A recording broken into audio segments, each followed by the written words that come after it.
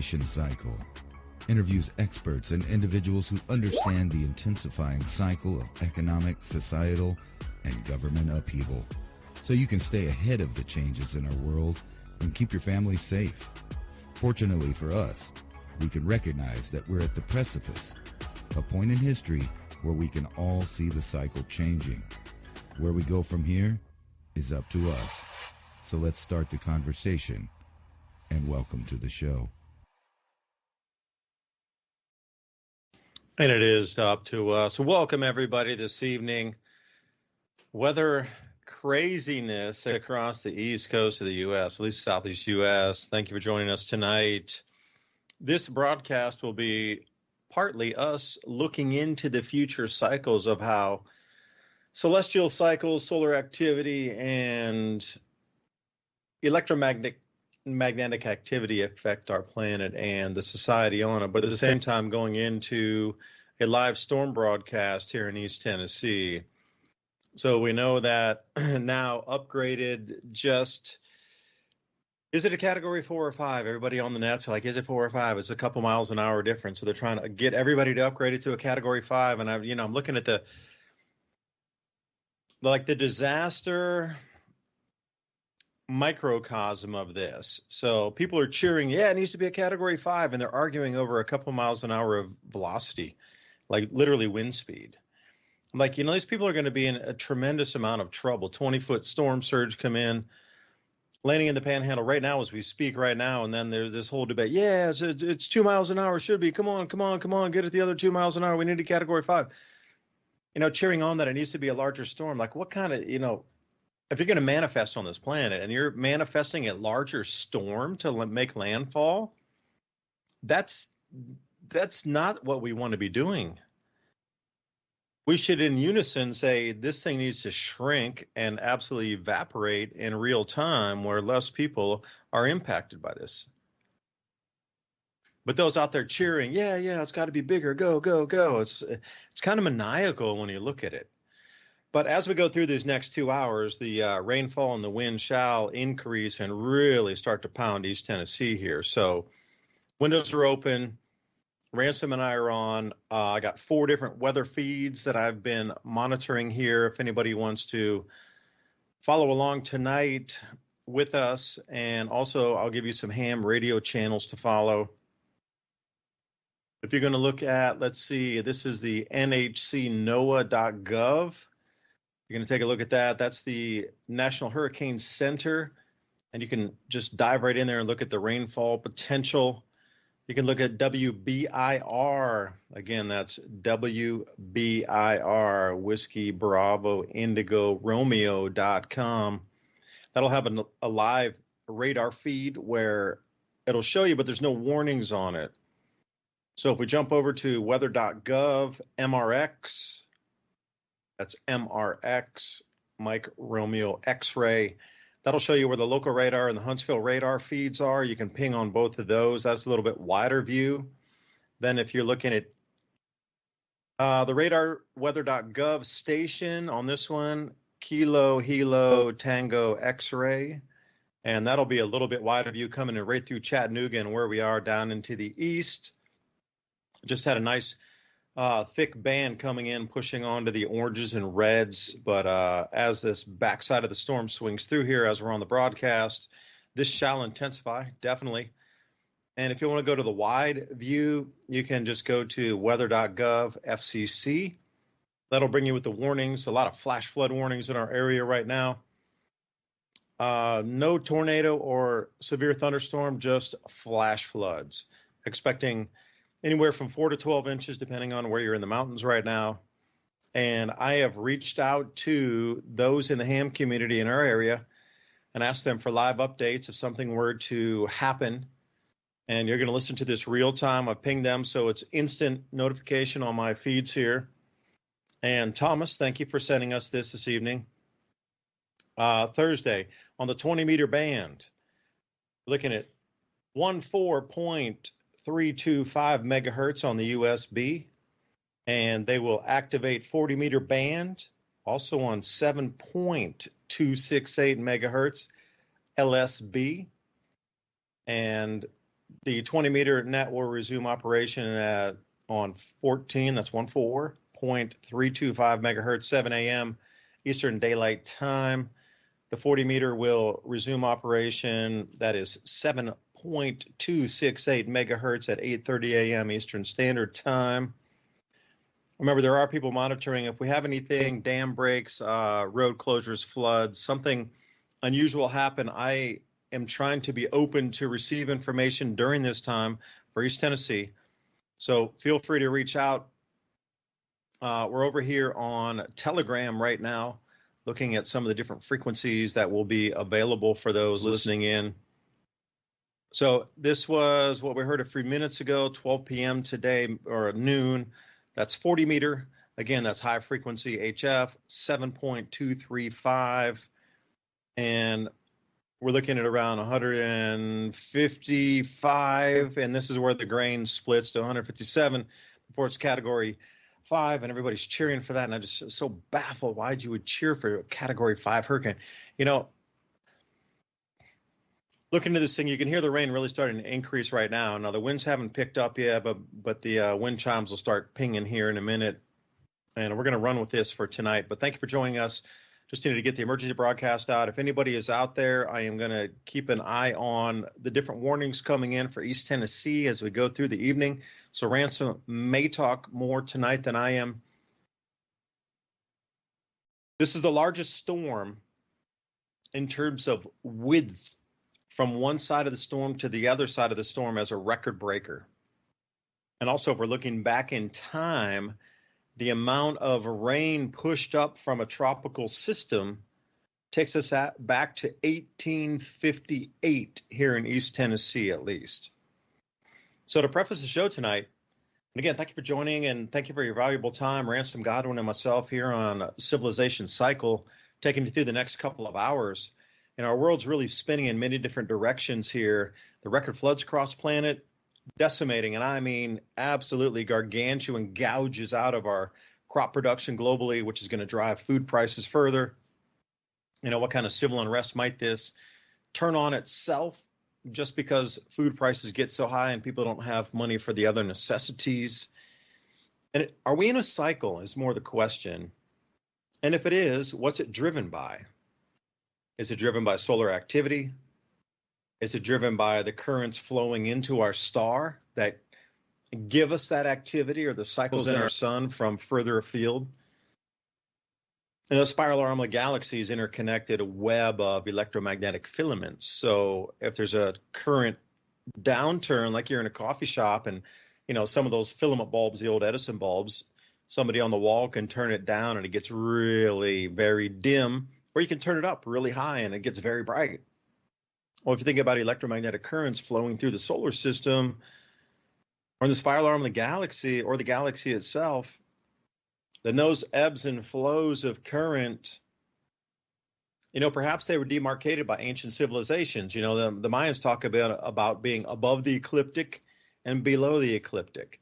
Perhaps that was their way to demarcate higher voltage input and lower voltage input. You know, the ice age cycles are driven by something also very similar.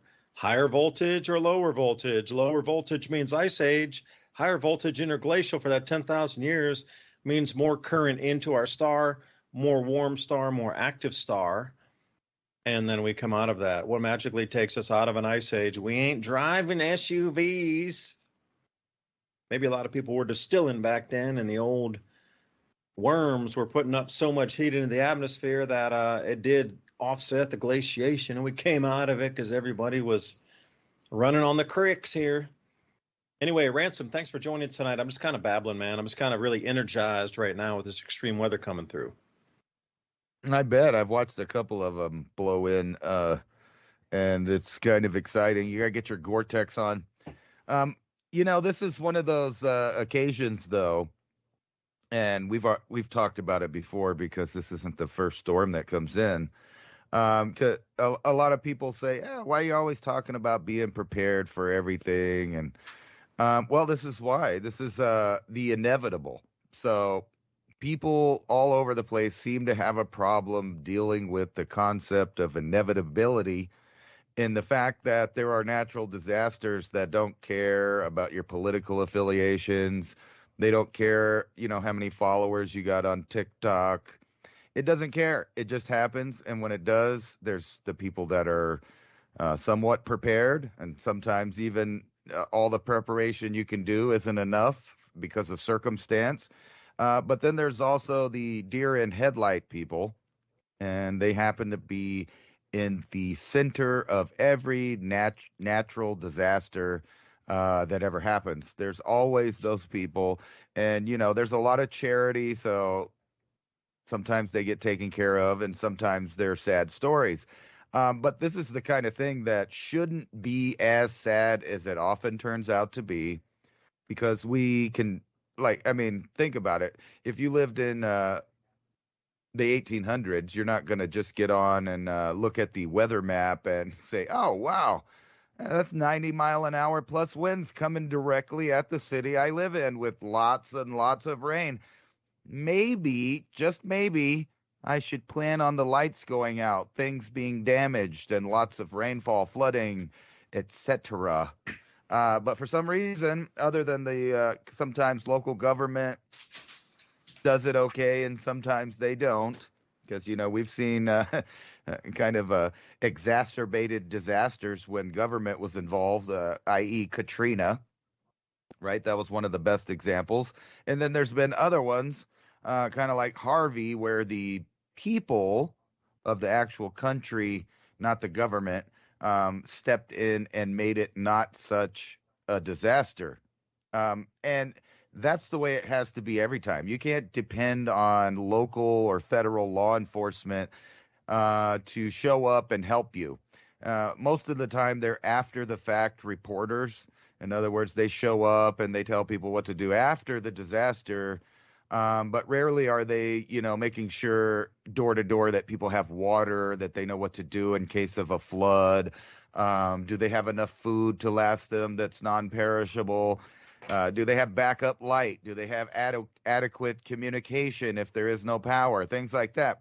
That's not something that seems to be concentrated on by not only the populace, but the government, kind of insinuating to the populace that they should do it. They get little PSAs once in a while, and for the most part, I think most people ignore them at their own peril, actually. But this is an opportunity for everybody in the path of this storm to practice, and maybe even, like the government, it might become a drill that becomes reality where there actually is an emergency. But I guarantee you that you won't sweat it as hard or stress out or make mistakes as bad if you've already been thinking about it, preparing for it, and realizing that these kind of things are inevitable and they are going to happen, especially if you live in Florida or anywhere on the coastal, states there. They should, be above and beyond ready and prepared for things like this. But, a lot of people inland sometimes forget that these massive storms can cause a lot of damage and the possibility of death inland in the form of torrential rains and massive amounts of dumping of water on places that sometimes are already saturated. And then you have overflowing rivers, streams, roadways, bridges being compromised, things like that. And those are all the things that the government will come as a after the fact reporter to deal with. So none of that's going to help you out in the actual time of an emergency. So, we talk a lot about being prepared, yet over and over again, these things happen and a bunch of people end up dying or, get caught in the wrong place at the wrong time, or maybe they decided to leave too late where it was, places that might have storm surge and things like that. So we might see some, sad stories coming, but I hope that we also see, because I was looking at a article that was talking about the massive amounts of linemen, and no, not the football players, but the guys that come and fix the electricity when it goes out. And there's like a mobile army, and they're already prepared to volunteer and even go places to start fixing right away. And so just like the what were they calling them? The Cajun Navy, which was basically a bunch of Americans that happened to have boats or whatever, and they were coming down to Texas to help out, help people move, or help people do whatever they needed to do. And if I recall right, the government was somewhat embarrassed about that, and even threatened to arrest some people that were obviously more helpful than they were. And there were some weird incidences because sometimes when you take the reins of your own salvation, or the people do, the government doesn't really like competition, so sometimes they don't want you to do anything. In the case of several major fires that are kind of notable and famous at this point, law enforcement and government actually tried to stop people from helping, or doing the things that they could do with their own preparedness, and they wanted to be in sole control of it. And unfortunately for those people, some in Hawaii and other places, listening to the government did not work out for them. So you have to have your own plan. You have to have your own idea of what you're going to do, how you're going to do it. You need to know exactly what kind of logistics you actually have. Do you know the roads without a GPS? Things like that. Do you know where to go? Do you know the high spots around where you live in case of a flood? I mean, there's so many factors on really knowing where you're at, and your situational awareness that is the number one prep that you can have. Above having water and food and all of those other things, situational awareness is the number one prep you can have. So you need to know the terrain where you live, everything about it around you. And it's ironic you sent me that thing about Carazozo, because I kind of wanted to talk about that. It is one of the longest lava flows on Earth, and it just popped up one day about 5,000 years ago. And there were people that lived here, and not only that, they would have had the opportunity to like really freak out about how the Earth could change at a moment's notice, where all of a sudden there was a giant river of lava flowing next to the only source of food and water and sanctuary in a massive desert that was super dry. So if you can imagine three rivers dumping into a river of fire, basically, and that's what they call it. It's the River of Fire, or Valley of Fires, there in Carazozo, which is a really cool place because right next to it are 1,000-year-old petroglyphs, and who knows how old some of them are. I postulate that there are actually several different waves of people over different times, judging by the colorization of some of them and the different artistic style, going back to what they call the archaic petroglyphs that don't make much sense to anyone. But there's obviously layers and layers. So this was like a weirdly holy place. And they put the signs of the times on the rocks there. So if you went there and you came out of the massive desert, the Chihuahuan Desert, or even the Sonoran Desert, and made your way over, you would have came across a bunch of standing stones with pictures of deer, ram, cougar, bear, crawfish, regular fish, pictures of snakes and stuff where they den. I mean, like the whole idea of the area is on the rocks there, and even like map type stones, celestial markers, compasses, everything. And so people would have sat on this valley, probably even when that lava flow happened, just in amazement that one day they lived in a barren place and the next day there's literally a river of fire rolling by, causing massive amounts of steam columns to go up in the air because of the rivers hitting it. And what would modern man do with that? Because I don't think anybody other than people in Greenland, is it Greenland? I think so. Yeah, right. That's been having the recent fissures and lava flows. Oh, it's Iceland. Iceland, that's right. I always get those confused. Yeah, so other than them, I don't know who's like really dealing with that. But can you imagine that you own, I don't know, 30 acres of land and you're used to farming and doing stuff, and then all of a sudden this cone just pops up in a field and starts flowing out lava, putting toxic gases and stuff in the air all of a sudden with no warning.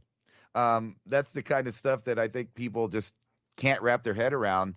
Hurricanes, maybe. I mean, because like you said, you're getting to plan out and wait for it to roll in, and hopefully, it stays mild, like you're saying.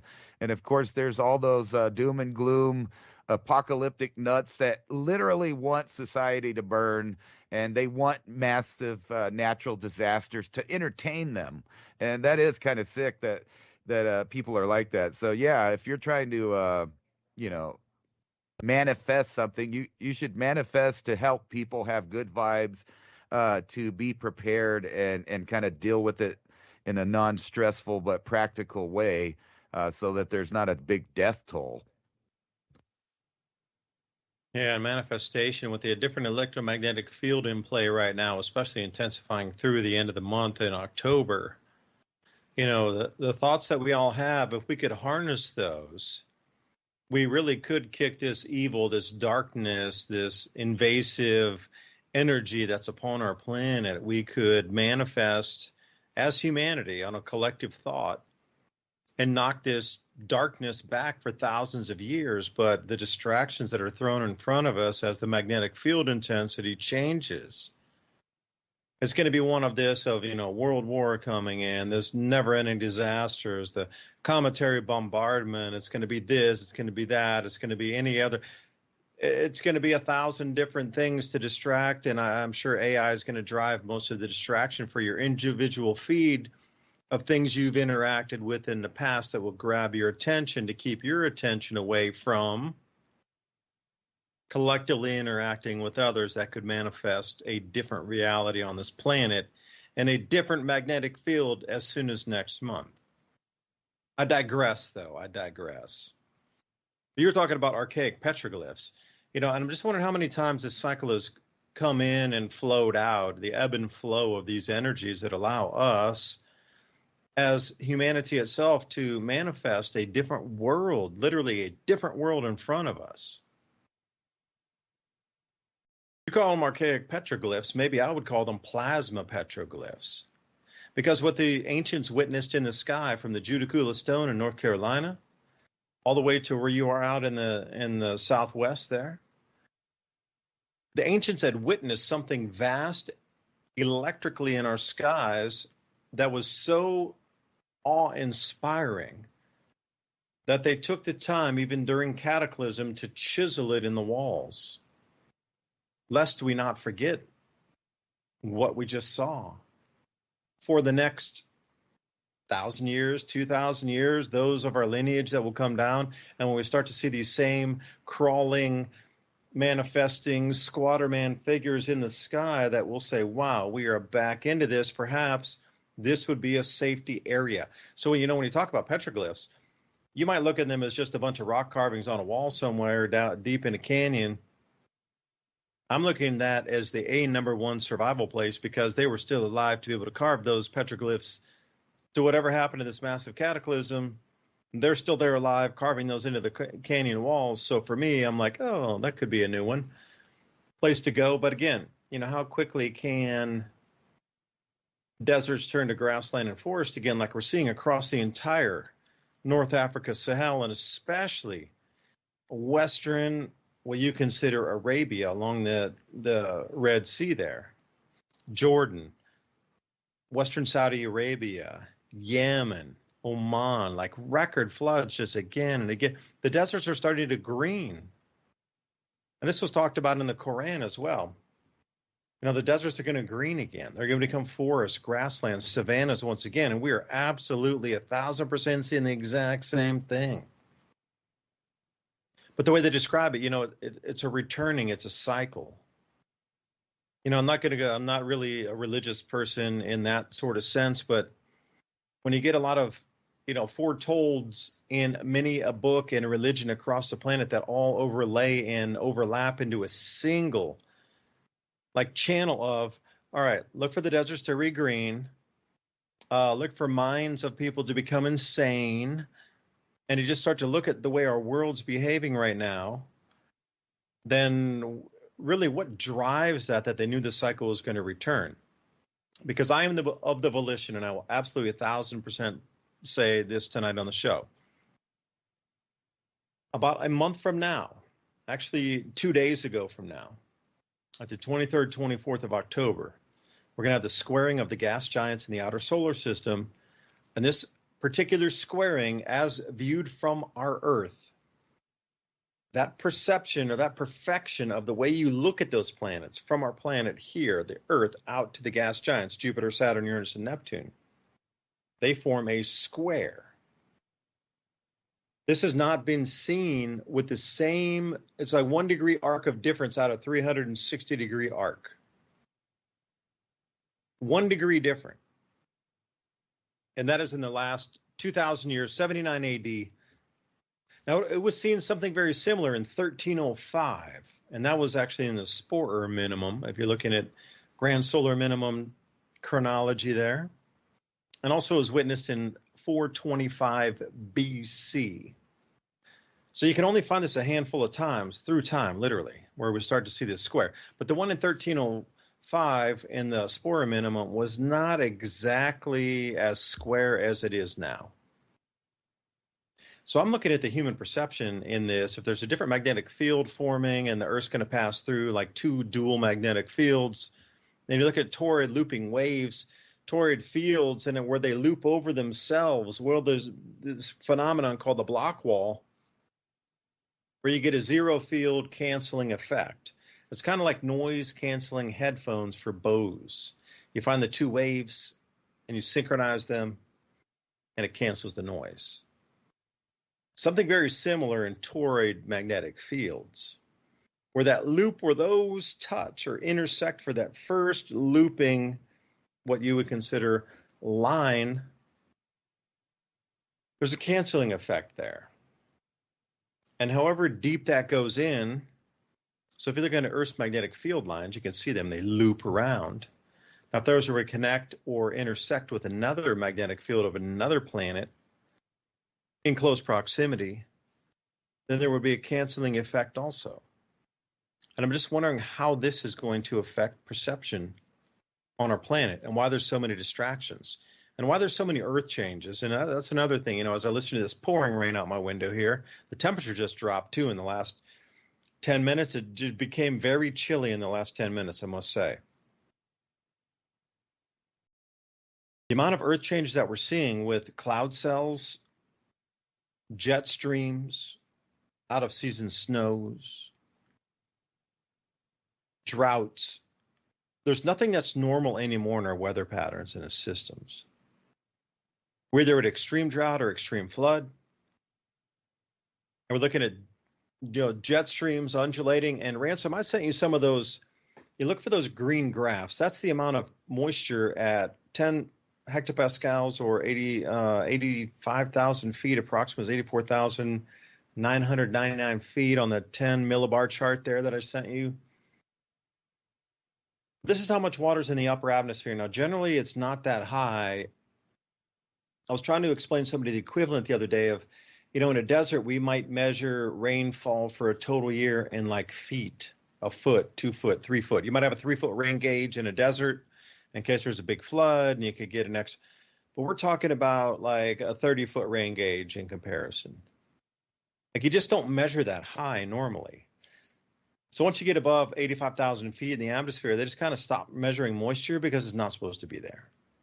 You might get the occasional meteorite come in or a rocket launch going up that'll bring some different particulates up there, but generally in the mesosphere, you're not going to see a lot of water vapor up there. So at some certain point, they're like, well, there's just no more water. And why even measure it? Because it's so far outside the norm that you're looking at like thousandths of a percent.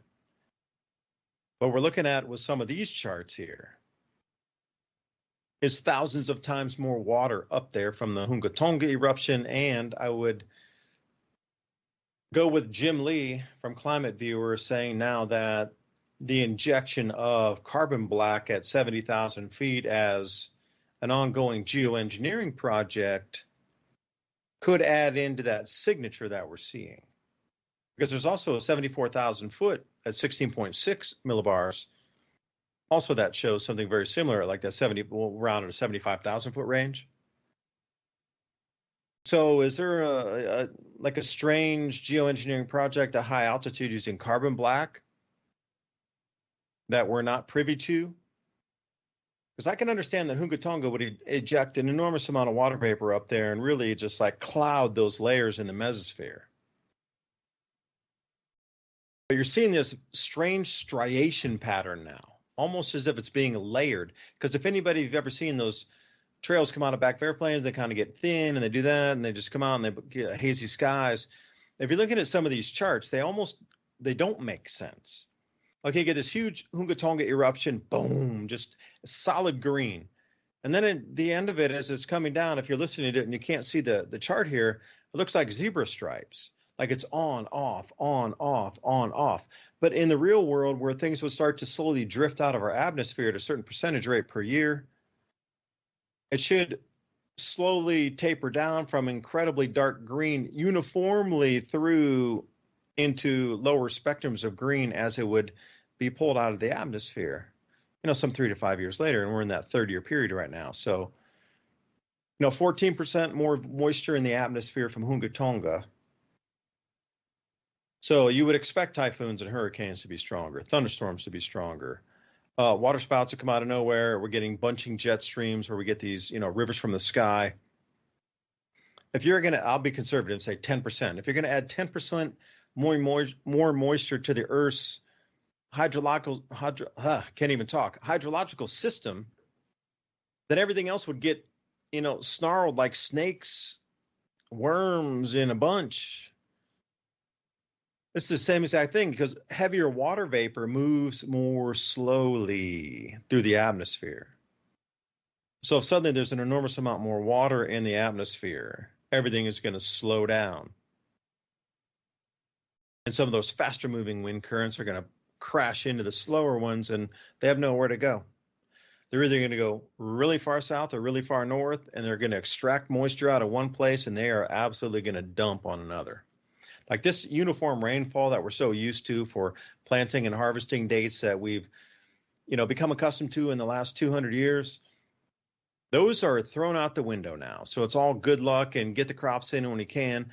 Because the saddest thing about this hurricane that's come up right now is we are in the harvest time right now.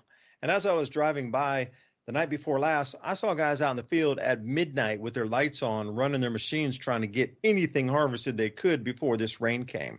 Because they understand this amount of rain going into the fields, their multi-ton machines are going to take weeks, plural, to dry out before they can get back in and harvest.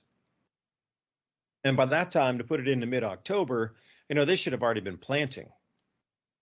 They're already going to lay seed for the winter wheat coming in, They're way past the time at that point. So, to see farmers running midnight lights, something was very off. That was before I even knew this hurricane, and I started to hear about it and knew it was sort of drifting up this way, and they were going to talk about more moisture hitting the Appalachian. This is what I'm talking, because, Ransom, you'd said something about, like, how do people know back in the 1800s these things were coming? Well, people's joints hurt, like their knees hurt, ski injury or so. Oh, my knee hurt once the weather changes. Like, what are those old-timer signs? Like the clouds are all traveling in a single direction, whatever it is. But why was it? I'm going to say something strange. At least one day before the National Weather Service came out and said, this hurricane's coming up here, the guys were out there at midnight harvesting. And then a day later, they got the warning that the hurricane was coming up. So whoever with the old-timer knowledge knew in advance to get a day start and run your machines 24/7 and get everything harvested. So, I'll agree with you, Ransom. There's some of this old-timer knowledge that we're not getting, but those guys I would love. I'm actually going to stop on their door one of these days and, knock and say, before that hurricane came, you guys were like a day, 2 days early on your harvest. Like, what prompted you? Because everybody else usually wait until, like, I don't know, the 1st of October before they get out and run the machines in the fields. Soybeans are totally dry around here, and they were ready to go too. So I'm just curious how they all knew in advance to get the machines out. And it wasn't really it's another, week or so before most people get started. But these guys are a bit early, and I just wonder what intuitively, perhaps. Not sure, man. But I've been rambling, Ransom. Please take the show over. Are you ready for the UN to censor everything Or excuse me, they're not censoring, man. They just No, we need to manifest. That does not happen. That does not occur. That is not even in my reality, nor yours or anybody listening or anybody on this planet. That is not in our reality, and they should be relegated to the dustbin of history. well, if you think about it, their little group that gets together, you know how they have all these things like Davos and Bilderberg, and then they have their UN things. It's really a small number of people compared to the 8 billion people that live on the planet. So, like, if we were comparing who had more manifestation power, it would obviously be the citizens of the world versus the tiny elite, because we're always talking about how the elite does this and that, but they are just this really super small minority, like this guy Newsom, who's all in with the game too, wants to give everybody digital IDs so you can't interact on social media. Actually, unfortunately, manifestation or not, we could manifestation that they backtrack and move off, but their plans are already kind of go. They're already ready to do this. Internet kill switches, things like that. Maybe conspiracy theories, because they don't actually have to turn it off. We can just change it in real time. So they're going to use this global AI watchdog supposedly to curb misinformation. And then you got California, you have to have an ID to get on the internet. Apple, they want you to have a digital ID too to use their products. And it just goes on and on. But, I do feel somewhat like Nostradamus again. You remember, I don't know, think it was last year when I was first really hammering about the robotic warfare. And I said, you watch, Russia will use China to mass produce drones because, they've been being kind of attacked in that way. And it's showing that these multi-million-dollar old hunks of metal aren't as useful as they once were. Now, I'm sure there'll be a counter upgrade for little, systems on the tanks and artillery and things that will deal with drones, but they don't have it yet. So instead, you just fight fire with fire. And this is something I predicted, that China would be the major manufacturing center for said drones. And that's exactly what we're seeing happen. So, things are about to get really weird. All over the place, not just, in the Middle East or right next to Russia.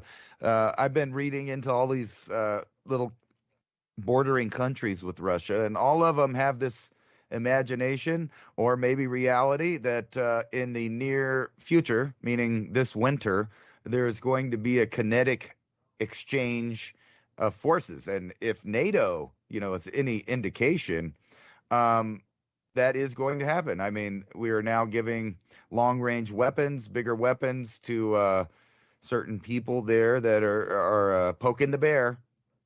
And it kind of makes you wonder, what exactly is the plan? And I've kind of postulated or theorized before that it may be because the original kind of nuclear disaster that happened in that area is a problem that's not going to go away, and they haven't actually dealt with it yet. So I think that there may be a nice little exchange right there around the Black Sea area. And I don't think we have to worry about China entering in. This will just be a NATO Russia exchange, a small exchange. China's newest nuclear submarine, it sank. They don't even know what's going on over there. They're trying to build stuff. They're not quite, in the same league as the U.S. But, we keep seeing these articles in massive amounts of them. And for good reason, because, like I said, NATO has stepped up its proxy with Russia by giving some pretty big weapons and facility to use mass destruction with cruise missiles and other things. So Kiev launches mass drone attack on Russia day after Putin's nuclear warning. What was his nuclear warning? He said that they're going to change the way that they deal with countries, and that if a nuclear nation is using a proxy nation, then they will strike the proxy nation. And we don't want that to happen. I mean, that's just something we don't need right now. Maybe everybody will get sidetracked with us capturing a second moon. And then we can see some weird headlines like one of the nation states tried to nudge it our way to blow up one of the other countries.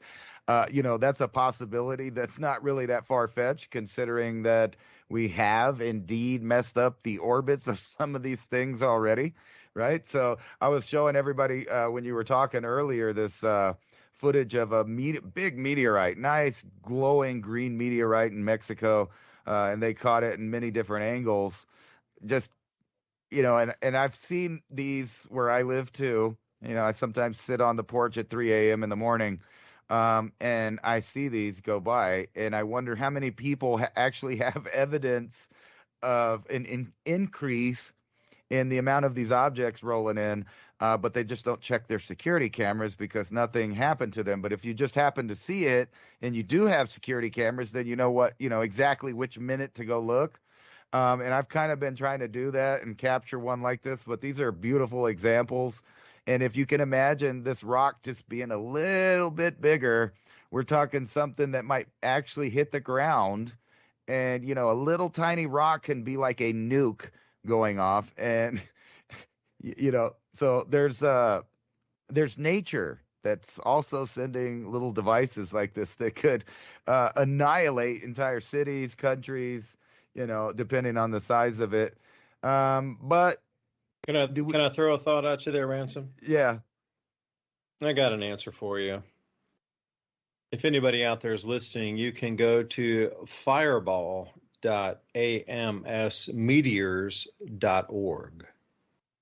Then you can drop in there events per year by category. And then the events with under 10 persons, between 10 and 25, that would see an event and call in or write in and say, hey, I saw that meteor. Then you could look at the ones from 25 to 50 people writing in, and then you could look at people 50 to 100, and then there's the events with 100 or more people, which are the one you just described right there. So it seems that the largest amount of meteors events seen was 2022.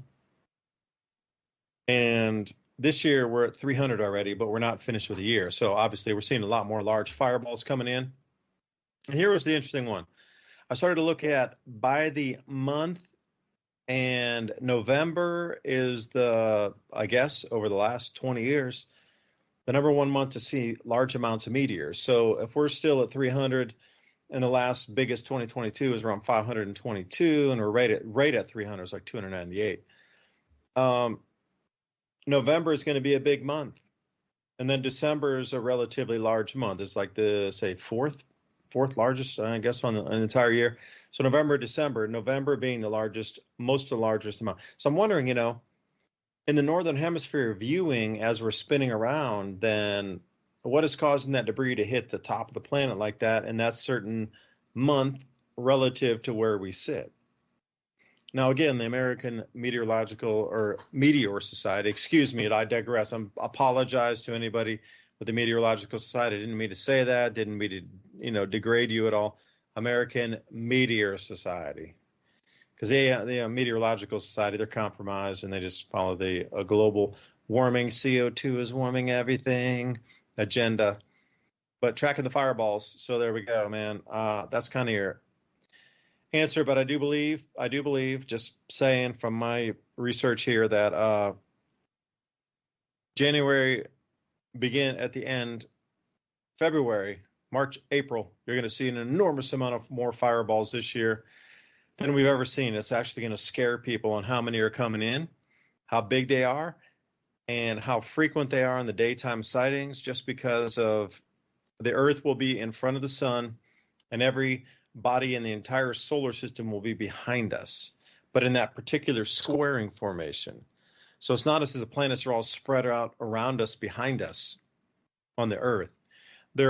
It looks exactly like an arrowhead, where the Earth is the very tip of the arrow, and as we come back, we got the sun, and then just that sort of barely angled tip of the arrow, we got all the other planets, and whatever's there is just going to draw everything squarely into the face of our planet for about 4 months or so. So maybe this is the reason they're passing all these new laws about instant change of government. Because you were kind of sort of hinting around that, but, you can continue if you like. That's exactly where I was going to go with this. Last week I didn't feel good, and this is what's funny is how this fits into survival because I've been inside a lot this year. I haven't really gone outside as much as I normally do. I'm normally an outside person. I take a lot of trips out into extreme areas, but this year, from winter, kind of I've been dealing with my kids and stuff, and I've been staying inside a lot more. So I hadn't been outside in some time. So we decided we had some guests from Canada and Mexico come, and we took them out to see, ironically, the three rivers out there by that lava flow we were talking about. And I was kind of mentioning to them about, look at that lava flow out there. Wouldn't it have been cool to be here?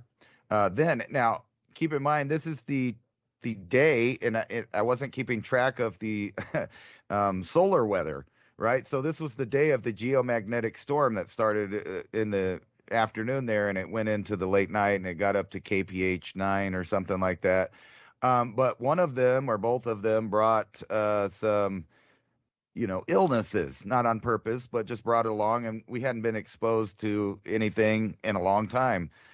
So we kind of were getting sick right then during that geomagnetic storm at the same time as running around outside, hiking and being in a lot of sunlight and just absorbing it all in.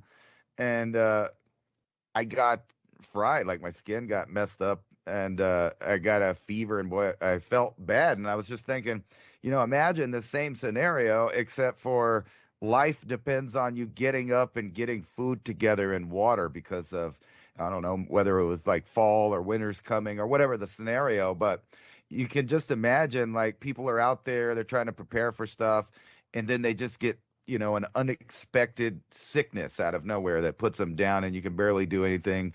It kind of takes your man away. You feel a little less masculine, puny, as they used to say. And you have to deal with something like a incoming hurricane or, I just imagine in some of these, scenarios. But to what you were talking about, the government and how they handle things, it's funny because I was kind of sick, so you did the show last time, but I was showing everybody an article that kind of is viral right now. The idea of it, if I can find it again, and it's about the government planning for a super mass casualty event. So let me show that to everybody right here. Oh, that's the wrong one, but they're planning for that, and everybody's like, what do you mean? And so they're talking about rearranging the government in case, some thing happened that caused a mass casualty event. Now, I understand that they do this periodically, but now everybody's like, what do you mean you want to change, how continuity of government works? Because basically that's what they're hinting at. And then, you think about what kind of natural disaster would actually, push the boundaries of civil liberties, individual rights, and things like that. So we kind of know that they've already, worked on different legislation, continuity of government things, and all of these different things to make sure that if something happens, there's nobody questioning their legitimacy of power and what to do with resources, what to do with people. And a lot of people have got a little taste of what that might be like with the recent illness that might have or may not have went around and how the government's reacted to that. And, I brought up Katrina. That's another example of the reality of what you think is going to happen, what's right, what's legal, and then the reality of what your government actually does in case of an emergency. Because a lot of people don't know, but during Katrina, the government ran a giant weapons transfer, gun confiscation, you can call it whatever you want, but they were going into areas that were not in emergency, disarming them, and obviously those would be the times that citizenry would need their constitutionally supposed protected rights more than any other time. So, if you don't know what not only your plans are in emergency, but their plans, and that's kind of brings me back to what I originally was talking about. Your situational awareness is the number one prepping tool that you need, is what's going on What will they do? How will they do it? What will everyone else be doing? And what am I doing? And what is each of my family, kind of, do they know what they should be doing whenever something happens? Anyway, let me find that article, and we can talk about that. What kind of mass casualty event? We talking super volcano? We Or talking yeah, it would be a volcanic bolide? event or a ground strike of something large from space. There's just a few options. I mean, if you want to go with the man-made options, obviously you're going to be an EMP or something like this. But if you're going to look at an earth change and something that's electromagnetic, that's non-controllable and really is beyond the scope of any kind of human control, this brings us back into who knows this more ancient knowledge and has been preparing for this event inbound. If you were to get an enormous amount, this is what I'm envisioning here coming up is the Earth spins in front of our sun. We're out there on the actual arrow tip. Everything else behind it. The sun's behind us, Jupiter's behind us, Saturn, but they're sort of in a square behind the sun. So it's literally a direct pull into the face of our planet for 3 to 4 months. Now, as you start to see daytime fireball after daytime fireball, that alone would be unnerving for a lot of people because they're going to see it in real time. And it's going to be way, way, way, way, way, way, way more frequent than it is now. But then if you get some of these, like Chelyabinsk, these, airburst type of shockwave events that'll blast windows and this sort of thing, that is going to absolutely rattle people's psyche. But if we were going to get a bunch of debris raining in and actually hitting the ground surface in cities from small to large, then you have to wonder on, like you said, the government side, these tungsten rods from space that would be thrown in on purpose to confuse and obfuscate and ride on top of a natural cycle to create this chaos. Because this inbound meteor shower thing coming in the spring of next year, it is what it is. I mean, it's just a cycle. It's truly a cycle. And when you look back at ancient history and you go back some 2,000 years, we come into the birth of Christ, that era of the change of an age. I mean, we can into Pisces at the same time. So you look at the birth of a new prophet, but you're looking at the change of an age as well. And you're marching through all these different times from Aries, Taurus, and you come into Pisces, and now we're going into Aquarius. These shifts. And then if you go back further into Leo, the lion, the Sphinx, that was repurposed from the original, what you consider face on it. That what you can see as one of the supposed rulers of Egypt of the early dynastic kingdoms. That was a repurposed lion face from the times going back further of Leo.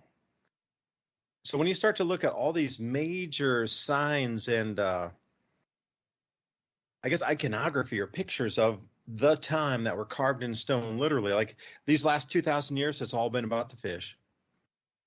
When you go back further, it's all about the ram. It's about the bull. It's about the lion. They were marking the ages of what we understand as the zodiacal signs going around the procession. But at what point was it really Leo, not from this current time, 6,000 or 8,000 years ago, but prior, that we were really going back 16,000 years ago? Was it 2 cycles ago of Leo? Because I visited a fair few museums in Venice. And I kept seeing that again and again and again. All we saw were, it was more of the modern era time. It was Aries, Taurus, Pisces. That was it. I didn't really see anything further until we went back. Ancient Greece, further back, they had recorded the last chapter of history beyond that. You go into Babylonia, you start to look at some of the, shall we say, gods that they worship. That's a bad word to use. Deities is a better word.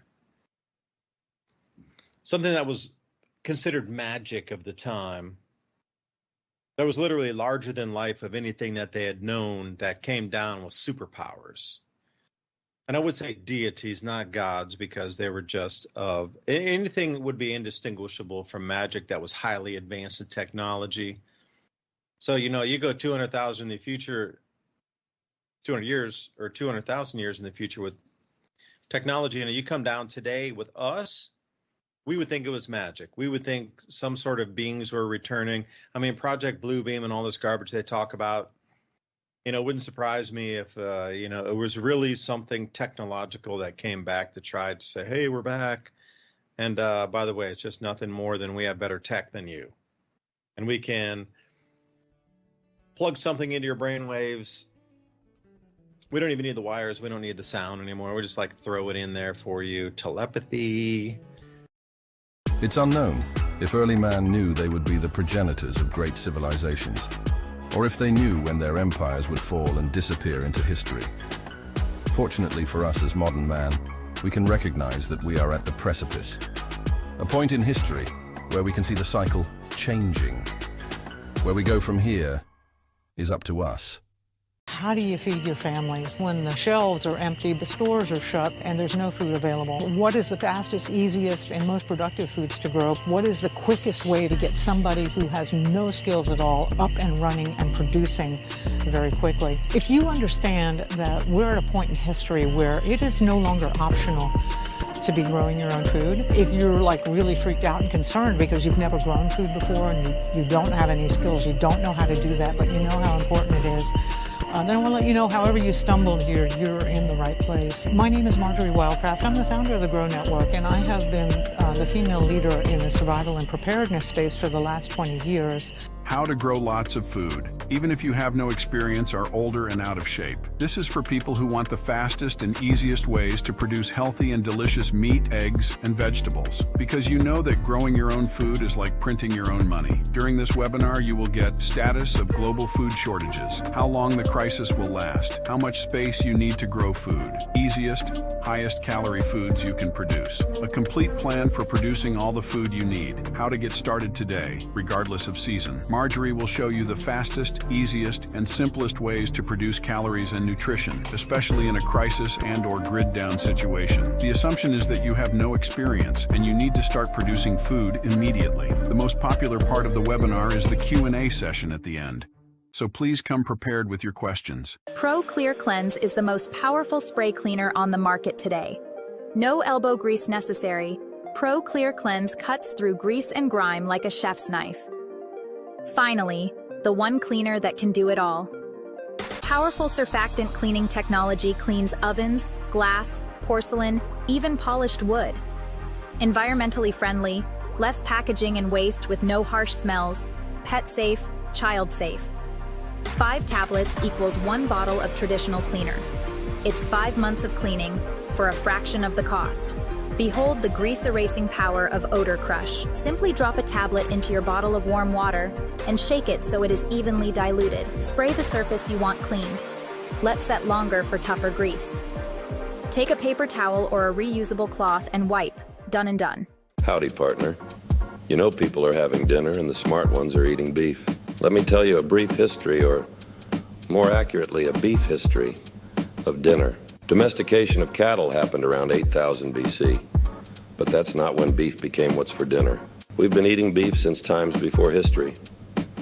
The earliest cave paintings have beef eloquently depicted on the walls.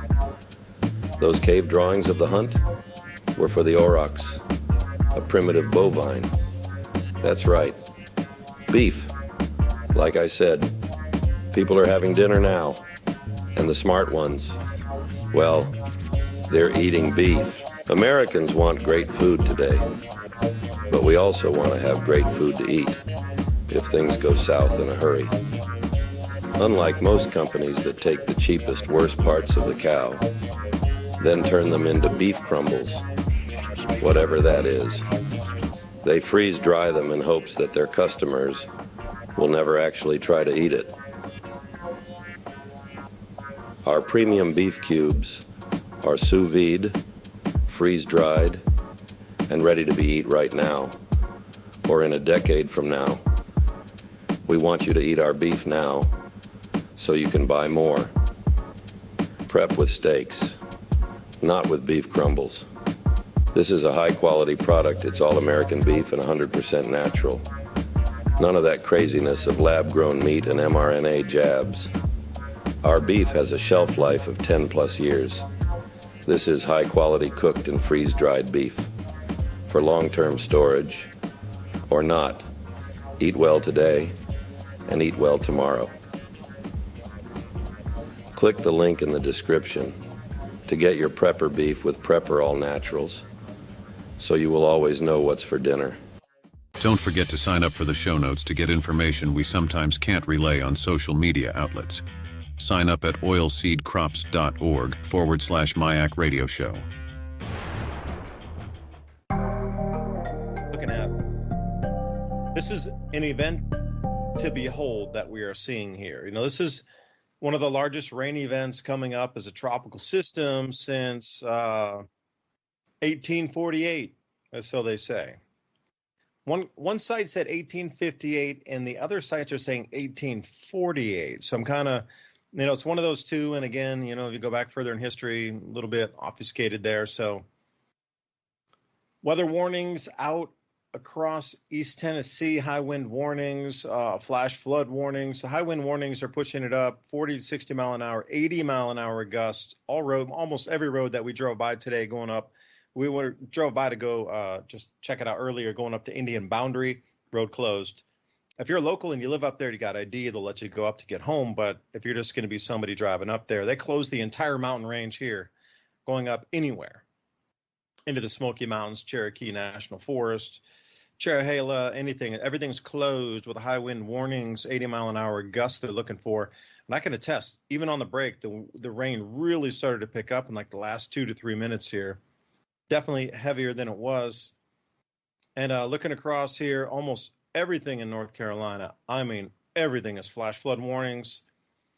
And as we look down from Chattanooga to Knoxville, down here in southeast corner, if you will, heavier rain bands are starting to make their way through. So as we get to probably 2, 3 a.m., tornado warnings are going to be following on this backside of the typhoon, or, you know, hurricane, whatever you like to term that just landed over Florida there. I mean, literally just minutes ago during the break, it made landfall.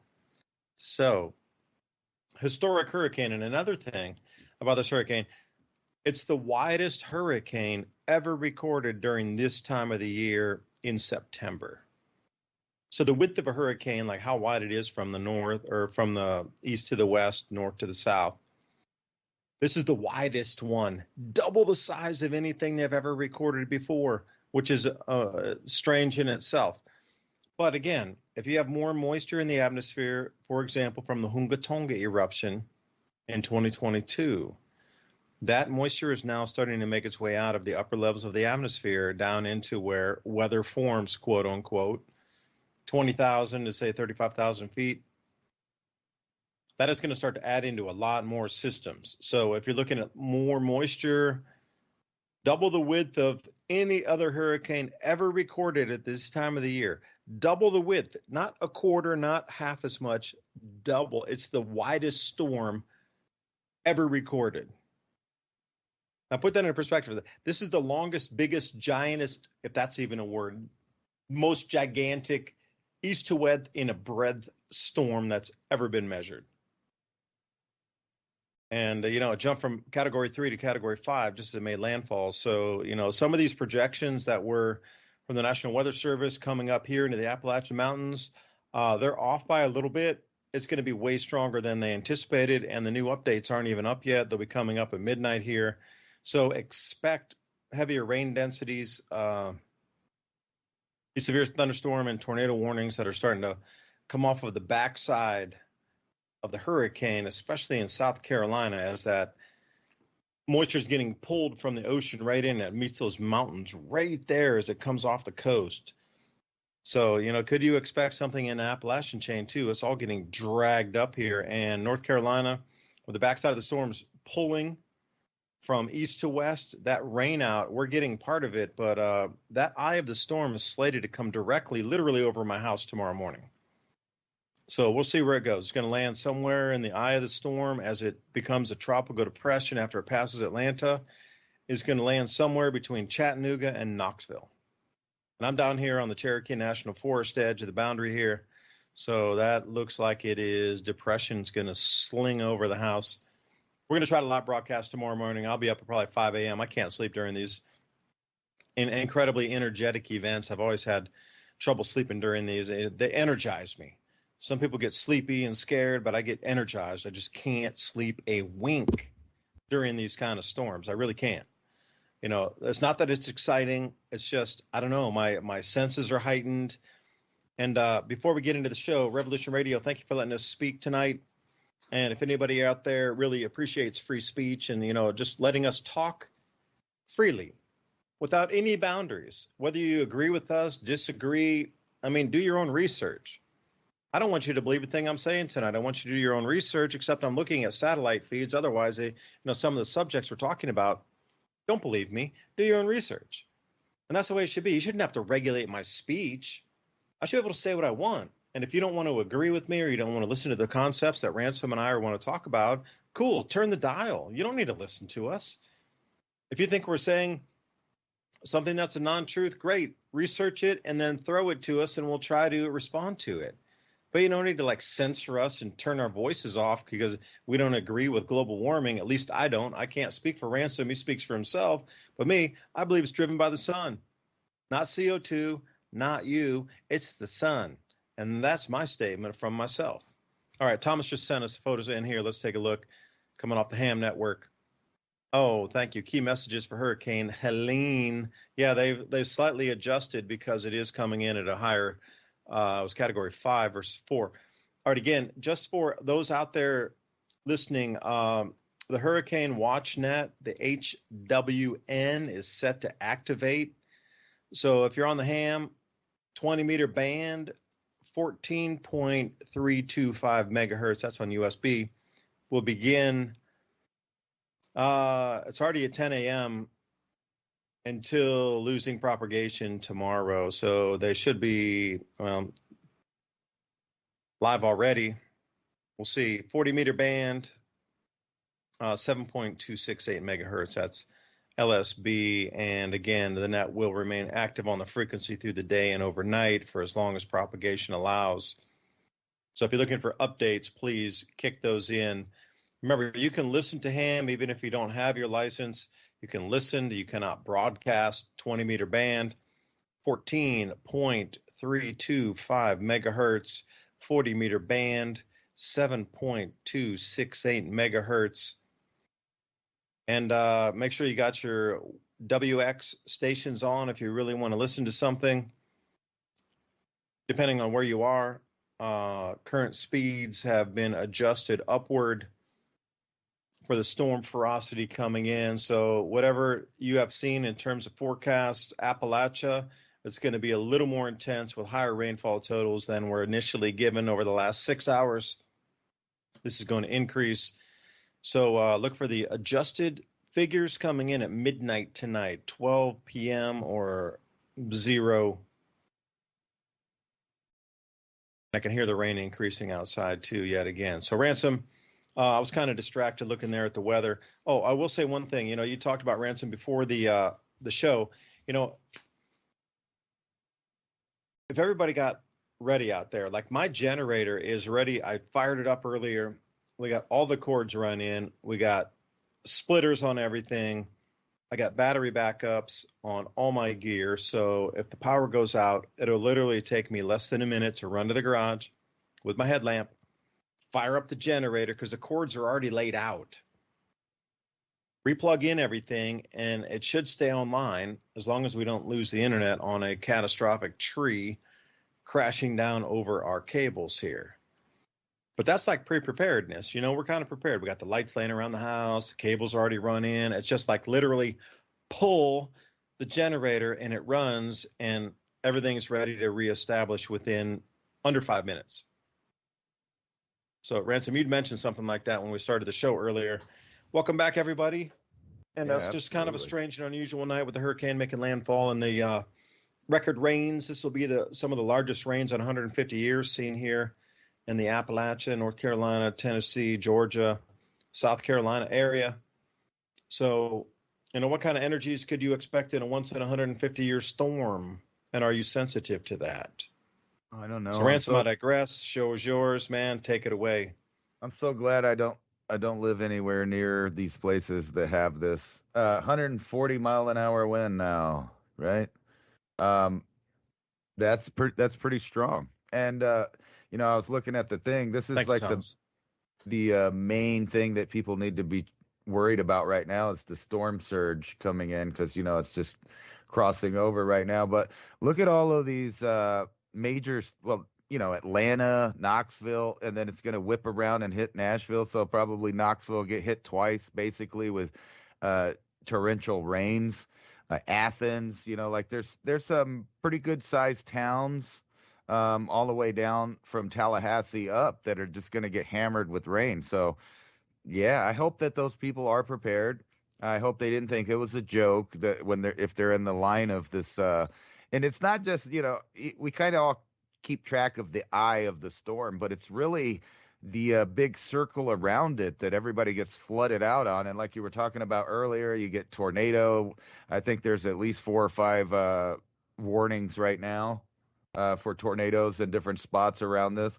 And then the temperature right now, it's actually quite warm there. So, the land is going to absorb a lot of energy in the form of rainfall. I think it did, if I wasn't mistaken, it said 27 inches, 27.70 inches.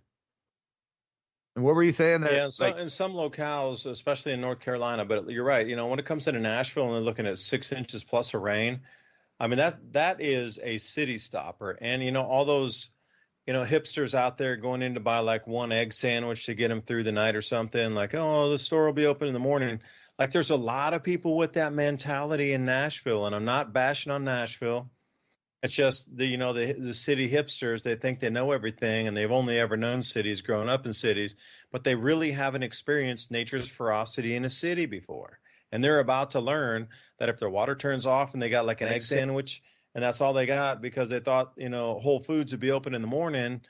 Well, nobody's going to Whole Foods in the morning because you got 6 inches of rain coming in the city that's going to flood. Although, downtown, a lot of area is on the hill, but once you get down near Music Street, man, that is going to get totally flooded, and especially some of those overpasses and coming into downtown too. I mean, yeah, it's going to be just. They're never going to. They're not going to. This is a once in 150 year flood. So Nashville, look out. Right, all of them, like Tallahassee, Columbus. I mean, there's a lot of big stuff that's in the line of fire here. And most of these people, they might prep for tornadoes in this area, but not usually a hurricane like this. I don't know why, because it happens quite often, whether it comes off of the East Coast or up from the Gulf, that people get flooded out. And I've drove through Nashville and Knoxville so many times when it was just a regular everyday thunderstorm for the people that live there. And I was thinking, damn, all these interstates and intersections through here, it's all congested. People are speeding. You got these giant semi trucks going through, throwing big waves of water over your car, pushing you off. And that's in just normal weather. That's not even this kind of weather. So you imagine what's going to be happening in the traffic, like in Atlanta or Knoxville, Nashville, even Chattanooga, all of them places. And then if you look at, I got the map up. If you look out at the further bands, you have Savannah and Charleston, Columbia, all of that stuff. Lots of flooding. Watching, you're going to hear, hopefully not, because like I was saying, in the 1800s, you couldn't just go, well, it looks like this hurricane's going to blow right over my house. Maybe I should prepare for that. And they didn't have that. Like you said, maybe their knees started hurting when the barometric pressure changed. And, the one guy in town that had a barometer was like, uh-oh, yeah, but that's too late. That's what it's coming on top of you, and the air pressures are changing and stuff. What we deal with a lot out here whenever there's major thunderstorms is the fact that we deal with flatland right next to high altitude mountains. And the mountains are usually what collects all the water, and then it pours down and flash floods and people drown and all that stuff. And if you've had forest fires or anything like they did near here. So they got hit with the giant forest fire that burned everybody out, and then they all came back. And then we had monsoon, which did massive flooding, washed away the roads, drowned a couple people, things like that. And that was just a little monsoon storm. This is a giant hurricane that's rolling through, and it's going to dump right there, like you said, along the Appalachian Mountains. So you could look forward to all kinds of flooding there. I think we're going to get some rather striking videos here in the next few days from this area all the way through from Florida up to Tennessee. I hope not, but Well, I know, but then there's a new high wind warning here for this part of East Tennessee. It's a new high wind warning. They've bumped up the speed. So it was from 8 p.m. This evening to 8 p.m. Friday, but they moved the speed up. So it was 25 to 40 miles an hour with gusts up to 65. The new warning is gusts up to 80 miles an hour. So again, some of these areas at higher elevations were at 80 miles an hour, but where we are at sort of mid elevation, they bumped it up to 80. So I'm curious, what the new warnings are going to be for higher elevations. If they're pushing it to 80 down a little bit lower in elevation, if you're up there camping and you're listening to this, you all need to hunker down. If you're up on some of the campgrounds, Indian Boundary and more, northward higher up into the elevations, y'all are going to get hit seriously hard tonight with winds. And 80 miles an hour, that's no joke in the mountains. It's not about the wind. It's more about the trees that are coming down, like the debris coming out of the trees. And these flash floods coming out, you might have a little creek that's, 2-3 feet wide, and it turns into a 40-foot wide creek, 15, 20 feet deep in a matter of seconds. Because we went up for Labor Day, there'd been a couple floods before then, and, I was absolutely gobsmacked with my jaw on the ground when we drove down a couple, dirt roads coming over the back pass. If you go to Indian Boundary down to Citico Creek, it's all really very, it's nicely kept dirt roads, but it's a very long drive, like 3.5 hours if you want to go over that way. And it's very, very remote. But you come by an enormous amount of little small streams coming in that feed into some tributaries there. I'm talking like the little small stream coming into a little tributary there was carrying 80-foot logs with it that got washed down from a little tiny stream that didn't make it to the tributary. Like these flash floods are no joke, especially in the mountains. I mean, an 80-foot tall tree, multiples, just stacks, like 20-foot tall, like stacks of these 80-foot logs just rolled down what was a 5-foot creek, maybe 3 feet wide, 4 feet wide, that just got just massive flash floods. And I actually stopped on the side of the road, and I was literally looking at that going, that is impossible, literally impossible. But I saw it with my own eyes. Like the size of these trees that were in that little tiny stream, I sat there and go, no, that can't be. That can't be right. Something that's so far out of your perception of anything possible to be something. And I sat there for just, a couple minutes because we stopped to take the dogs out and just sit next to the creek and have a little lunch because there's some flat rocks and thing there. But sitting there looking at that going, what? How is that even possible? The size of the trees was just so enormous. For you're almost looking at giants walking down staircases. I looked at, to perceive the amount of water that it would have taken, the ferocity and just like how much water. And this creek, I could have jumped over.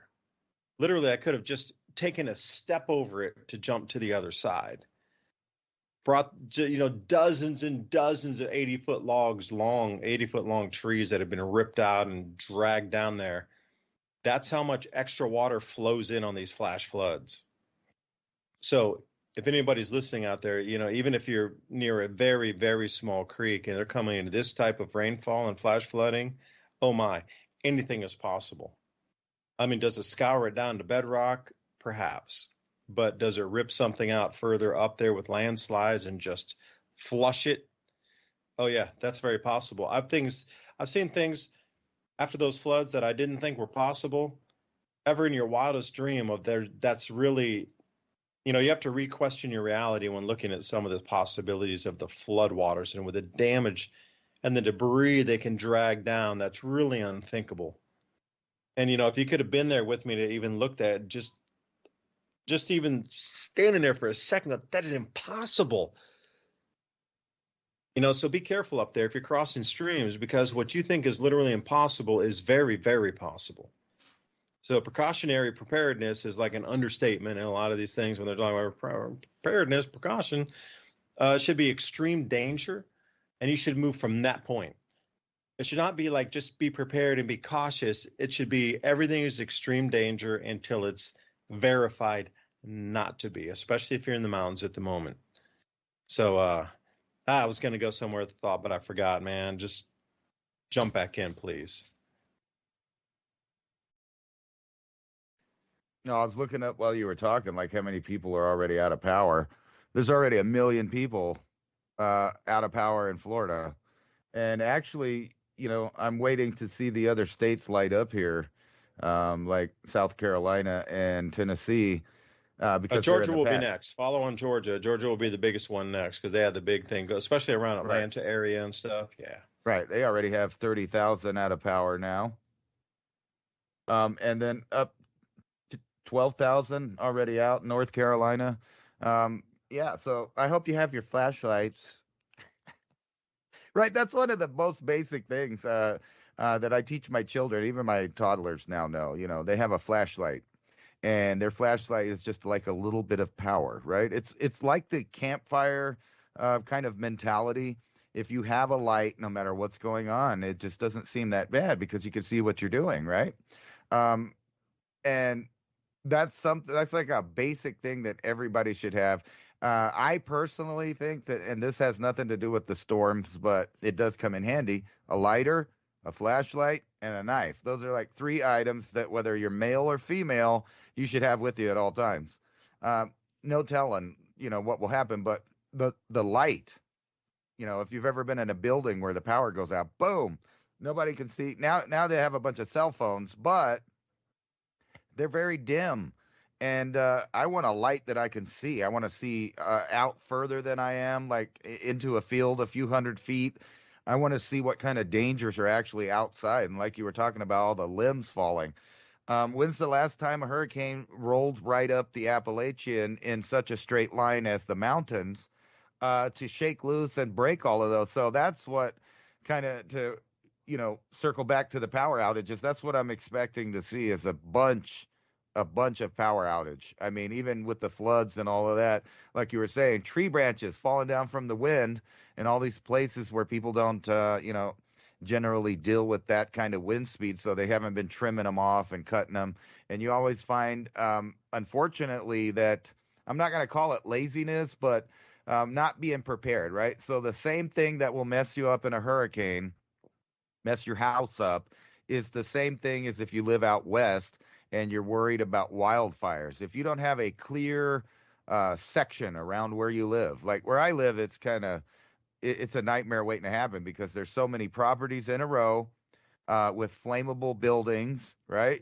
So if there were to be a fire and the wind blew in the right direction, everything goes up like a Christmas tree. It just, boom, it's gone. The wind will burn it. And so if you live out west, you have to have a buffer zone around your house, especially if you have property out in a rural area, in the forest, wherever.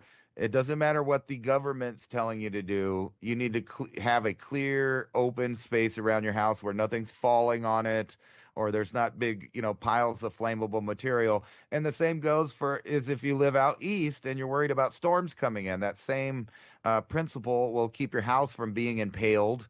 The electricity being, thrown together right there near your home where you have potential fires, structure fires, and things like that. But as far as the power going out, you're not going to be able to do nothing about that because, all of the lines that go down rural roads and down the highways and stuff under the trees. And actually, Tennessee does a pretty good job of trimming, as far as I remember going through on interstates, but not so much for the other states around there until you get down into Florida. So there's going to be a lot of power out, and no telling what people will do. As a personal experience I had one time, I think it was about 2000 or 2001, maybe. Really big ice storm blew through Oklahoma and Arkansas, Kansas, Nebraska, all of that. But in Arkansas, everything froze over with like a half inch of ice that just formed on everything from the water coming down and it would freeze. The roads were like crystal, pass, crunchy. If you had some good tires, you could kind of drive right over it. But immediately, within the very first night of this power outage that happened because of all the ice breaking apart on the lines and different stuff, people were out in four-wheelers. They were out in four-wheel drive cars with no tags and things like that, robbing the stores, robbing the convenience stores and the food stores and things like that. And this is just immediate looting just because they knew that no one was going to be driving around for the next 24 hours. So if you can imagine that happens every single time. And I'm kind of with the guy in Florida. I don't know if you heard him, the sheriff down there. He said, if a looter comes to your house, turn him into Swiss cheese. That'll teach them and other people that looting is not going to be dealt with. And he's talking about doing it from the property owner's point of view. Just like I was saying, don't wait for government to help you. You better be prepared on your own for everything that can happen, especially a massive storm coming in with potential floods, power outages, and people wrecking on the highways because, there's always a ton of people that go out driving during the worst conditions. And then, each little cosm of somebody having an emergency kind of spreads to other people to deal with it. And then, you might be lucky if you do have emergency services that get to you in time.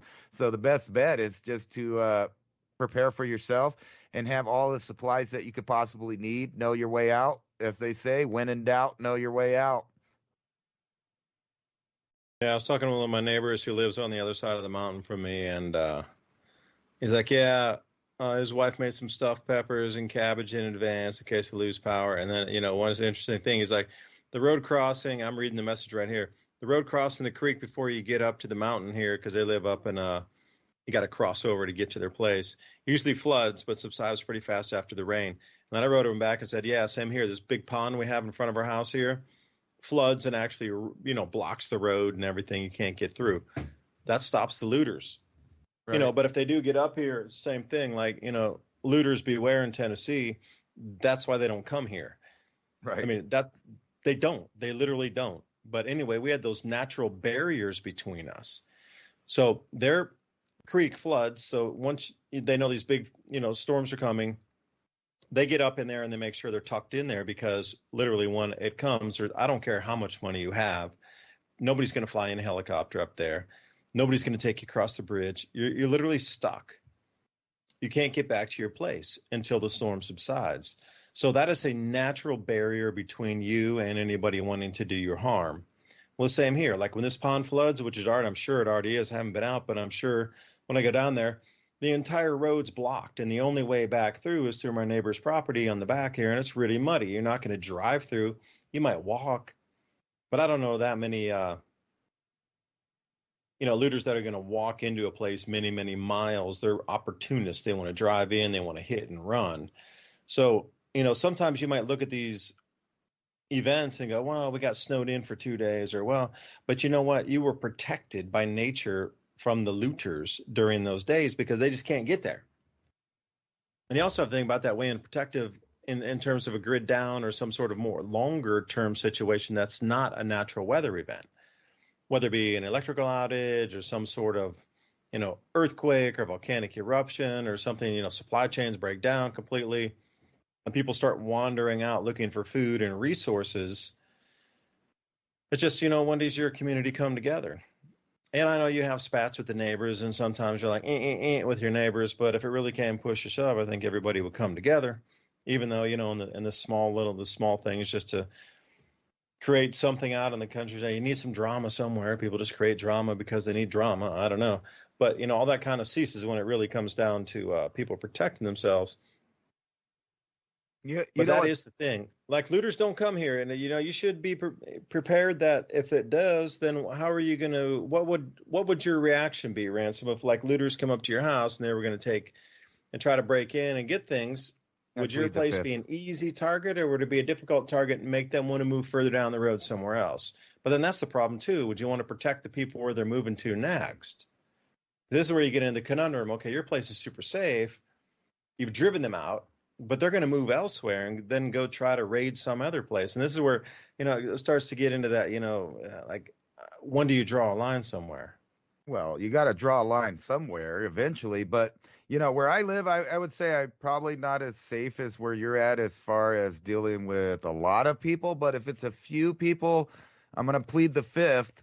But I'm going to say, they might regret it. So they might want to back off. But, if they're larger amounts of people, I'm not going to sit here and go down with the Alamo. I mean, my property is not worth that much to, they can have it. You should have been gone already if things are that bad. You know what? But I was going to ask you, some people talk about, oh, doom and gloom and blah, blah, blah.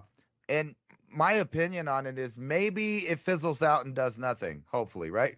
But would you really feel silly if you were completely prepared and nothing actually really happened? It wasn't that bad, no big deal, you had it handled, and you had that knowledge that if it would have got worse, you would have probably had it handled also. Would you rather feel silly with that, or feel silly when things got extremely bad because you didn't really think it was going to, and kind of, took everything with a grain of salt? Oh, this has happened before. It's never a big deal. It is never a big deal until it just happens to happen to you where you're at, whatever emergency arises.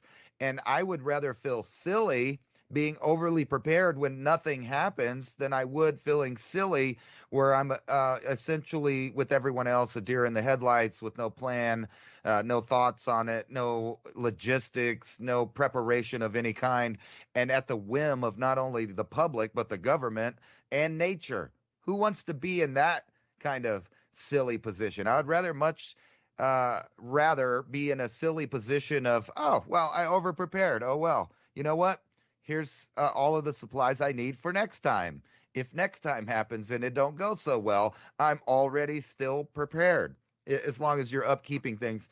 My point being is, like, I would rather feel silly for over preparing than, feel silly for not preparing or under preparing. And so, there's probably going to be tragedy, whether or not, it's massive or not, who knows? Hopefully not. And sometimes it's not. And sometimes these things fizzle out and they're not as bad as predicted. And other times they just catch people off guard. And, I hate to use Katrina, but it's a good example. They kind of actually knew then that it was going to be bad and didn't prepare. And we had, God knows how many people actually died from that or got missing or displaced. And who knows on all of these? I know numbers go uncounted because not everybody has somebody looking for them. But these are in our time, at least right now, and the information we have, which is drying up. I can't Google things anymore because now it filters everything with AI. All the new phones do that. They don't actually use the search engine. They filter it through the AI first, then they search. So information is disappearing, but we still have access supposedly to this kind of weather information where we know approximately about where millions of people should be getting their stuff together in preparation, just in case, not because of, but just in case things don't go hunky-dory, which sometimes they don't. And I don't want to harp on that, but really, you can't expect groups of other people to find you special and important and come save you. You should have already been able to save yourself.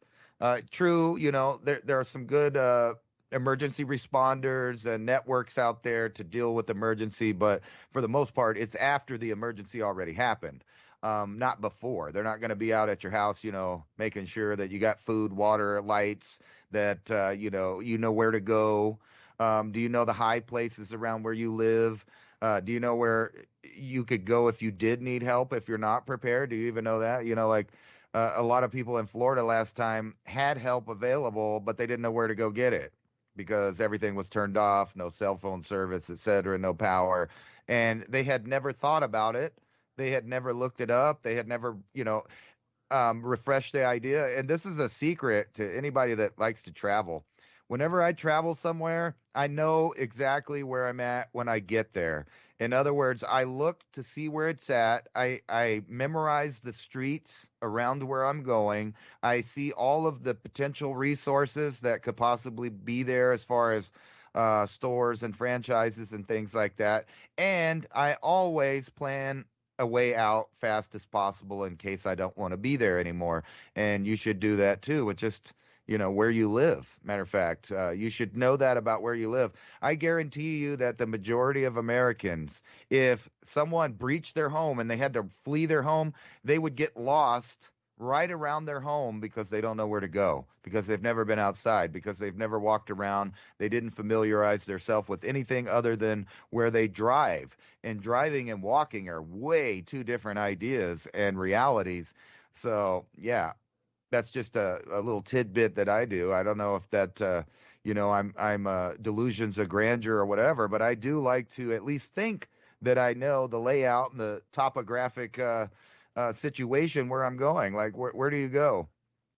What if you're by the ocean and something happens and you're not from the area?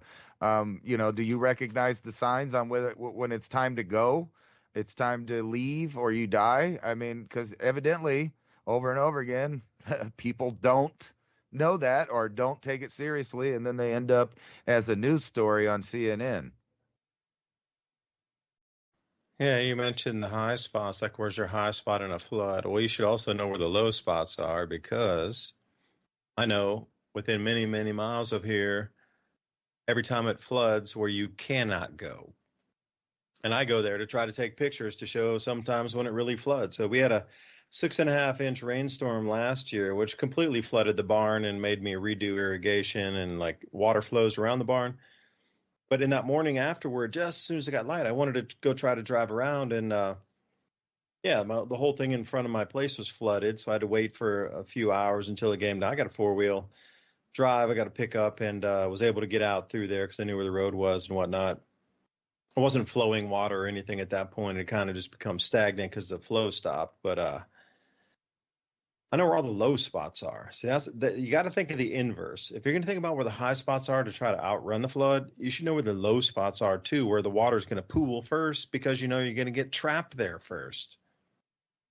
It's about the yin yang of the whole thing as well. Okay, so where do you know where there's wind tunneling effects? And where do you know to hide behind a mountain in a certain wind flow pattern from southeast, northeast, east, whatever it is, that you can hide from wind? It's the same thing. I know where the cool places on my property are, because in the summertime, if you want to take a break, if you're out doing some field work, there's a couple places where I can tuck in, and I know they're wind tunnels already. And that's where you go for natural air con in the summertime. But I sure wouldn't want to be there in the winter, because the same winds are going to blow through and chill you. And I sure wouldn't want to be there tonight when there's 80-mile-an-hour winds or 60 or 40-mile-an-hour winds, because that is going to be an amplified wind tunnel. There's no overhanging branches there because they're always broken off, because the winds always just like crush through there. And you get, knowing your own property or knowing your neighborhood or knowing your city. This is the basics that we've lost. And I agree with you, Ransom, like having a paper map and learning that sort of thing, and how to use a compass if you can. Like I learned how to travel with the Lonely Planet book. Like there was no mobile phones when I first was traveling. It was Lonely Planet, and maybe somebody gave you a map that you traveled. They were coming back from the same place, and they had some sort of city or tourist map that was rudimentarily drawn that you could pick up and go, "Whoa, I got a map of this place. It's outside the Lonely Planet book. No way, I got extra gold." That's the way it used to be. But now with all these apps on the phones, people can't read, they don't even know the direction of the city. So you could be in like a gridded city where it's a perfect grid, and people still can't know which direction they're going, even though the sun sets in the west and everything's set east, west, north, south on a grid in a city, and they still get lost on a perfect east, south, northwest grid. They literally don't know how the sun moves through the sky, and they get lost in that kind of a city, in a modern city that's been set out like that. Crazy, absolutely crazy. Like the skills that used to keep us alive are being totally, absolutely either evaporated or lost on purpose. Like these skills are not passed down from generation to generation any longer. I mean, Ransom guy and I are going to be some of the last guys standing. If we needed to be use a map and a compass to get somewhere, you know, if you really boil it down to that, where if there's some sort of, you know, God forbid there would be an EMP and all your electronics stop, the only people that are going to know how to navigate will be those who can really get paper maps. And I have paper maps from North Carolina, Tennessee, Virginia, Georgia in my car. Because even if you can't walk, or even if you can't drive, you could walk, get a motorbike, get a bicycle, get out of there somehow. When you come to somewhere, you should know which direction you need to go to get to the next place. Now, I'm not a fan of going into population centers after something large like that would happen. But at least when you get to a crossroad, you know which way to go to the next place that might seem the safest for you. You know, and that skill of reading a paper map is long gone. I mean, there's very few people who really know how to read paper maps. Older generation, like my dad, you could drop him off in the middle of the desert and throw a map in his hand, and he'd get out of there in like a second. He would go, oh, well, let me just go over see. I'm going to go to the high point over here, and I'm going to look, and I think it's topographic. It looks like this mountain, maybe like here. We could look over there. We could, hey, triangulate on this side, and then boom. Oh, I think there's a road down there, and then he'd find it. But that's my dad. But a lot of people, that's the older generation. You know, you come a generation under me, and then they're all digital. And that's kind of a scary thing, you know. How are they going to teach their kids? That's the whole thing is, okay, they've lost the skill. One generation below, maybe two. But, I mean, beyond that, who teaches those coming up? Just a very select crew will have that skill set. You know, these battery backups. And, you know, one thing I realized I didn't have this time was a checklist. All right, so I was looking for a couple things. I would say I had 80% of this stuff, but I was still looking for one of my phone charger, battery pack, solar pad, or, you know, the battery bank. But it was a solar powered one. I'm like, where is that thing? And then I have two different radios. One's weather radio, hand cranked, and then the other one's just a battery powered, rechargeable WeatherX radio. But I couldn't find that one, and I forgot I had it in my backpack. And, you know, just little things like that. I should have been a little better organized. Like when I come back from somewhere, like we went camping, so I brought the little easy one with me so we could listen to some tunes in the mountains. And we still would have the weather radio with us, and I kept it in my backpack. I forgot I had it in a different place. So just even me and being over-prepared, great. I'm glad I'm over-prepared. You know why? Because that means I am prepared. I don't care if I'm super way over-prepared. Doesn't matter. You know what that means? I am prepared. That's the whole thing is you are or you aren't. There's no middle ground. I don't care if you're semi-prepared, a little prepared, or over-prepared. It means you are.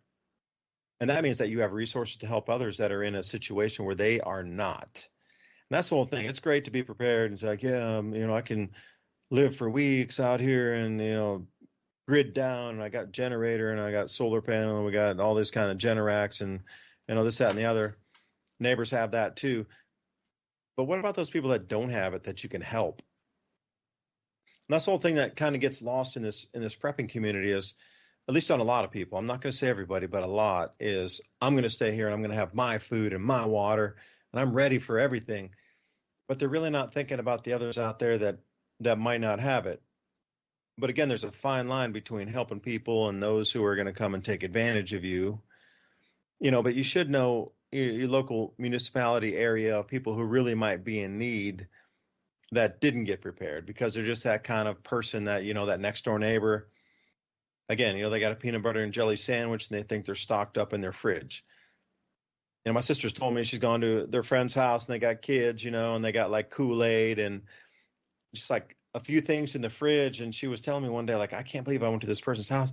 They got kids and they got almost nothing in the fridge. I couldn't believe it. I was so shocked, you know. And that's the same thing. Like, what happens to those families? You might know them. And if they're in need, you definitely need to bring them in because you have extra supplies and and perhaps you could teach them. And that's where they could learn the skills from you, helping them in an emergency situation. Now, would I bring somebody into my house that I don't know that is kind of rocked up to my door and like, hey, I need help? You know, for me, I'm going to say probably not. And you might go, well, David, that is so callous. Why would you not help somebody in the middle of a rainstorm that just come up to your house in the middle of the dark at midnight? Because the answer would be because they came to the middle of my house in the middle of the night and at midnight in the dark. And I don't know if there's other people out there with them. It's an ambush. I don't know them. How did they find my house 1,000 foot up a gravel driveway off a main road somewhere? It's a side tributary road anyway. Like, how would you even find this place? You need to be incredibly lost. Like, there's 100 other houses you could go to before you come up here. Like, if you're coming up to my door, I'm the last power pole on the entire system. I am the last water. There's a blow off water behind my, meter. That's it. I'm the last meter on the entire system. I mean, I am tucked hella away up here. And if you're coming to my door at midnight going, I need help, I'm like, you missed every other house that was down there. There's something very wrong that you're way up here asking for help. At that point, my spidey sense is tingling, going, oh, something very, very wrong. You're way up here. You're looking for a house that's way out of the way is what you're looking for. So you're going to have to suss some things out.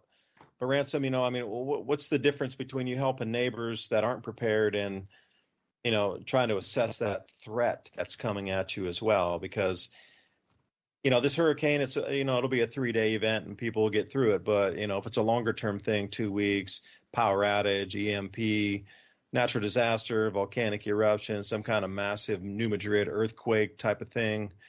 I mean, how do you assess that then? That's a good question. I don't think too many people really know, but I would think that if you realize things are off for more than 5 days, you need to be bugging out somewhere just in case. Like I said, being prepared and being wrong is cool. That's okay with me. I would rather feel silly being wrong than feel silly being right. So yeah, after 5 days, the odds are they're not going to fix anything or something's wrong. So you should probably be gone out of there. And plus, that's about the time that people start losing their minds. I'm not really worried about like the first 2 or 3 days because everybody, no matter what it is, would be confused for that period of time. Unless you know what it is. If somehow you knew what it was, that it's an EMP, then I would definitely be bugging out. And that would be pretty obvious, right? Because a lot of electronics just wouldn't work all of a sudden. You could put 2 and 2 together pretty fast. And if it's powerful enough to, it would have to be a X something like past 50 or something before it even came dangerous as far as starting fires. I don't know, what was the Carrington event? Because that was just basic copper wire there that heated up. So imagine today, everyone lives in little boxes with a bunch of that same kind of copper going through the entire house. So if it was, a surge in power to your house, you might just be in an inferno. So you would kind of know if it was these things. If it's a natural disaster, then odds are it's going to be over in a week or so, but you need to be prepared to make it because, kind of I was hinting before, not everybody does make it, unfortunately. Either they weren't prepared, they made bad decisions about where to go when. That's kind of like, as far as hurricanes, the main thing is that you're not going to be damaged by the environment itself. You can wait till the power comes back on if you have stuff, but actually trying to navigate, like people are trying to leave at the last minute when their area is going to be flooded. Those are boo-boos that cost people their lives. So if you're like anywhere where there's a storm surge or an overflowing river or a valley that can become a death trap, you need to think about those things and know about them. That's all I could kind of say about that. As people goes, though, I'm not really worried about that until things have completely hit the fan, and I don't think that's going to happen until there is no dollar.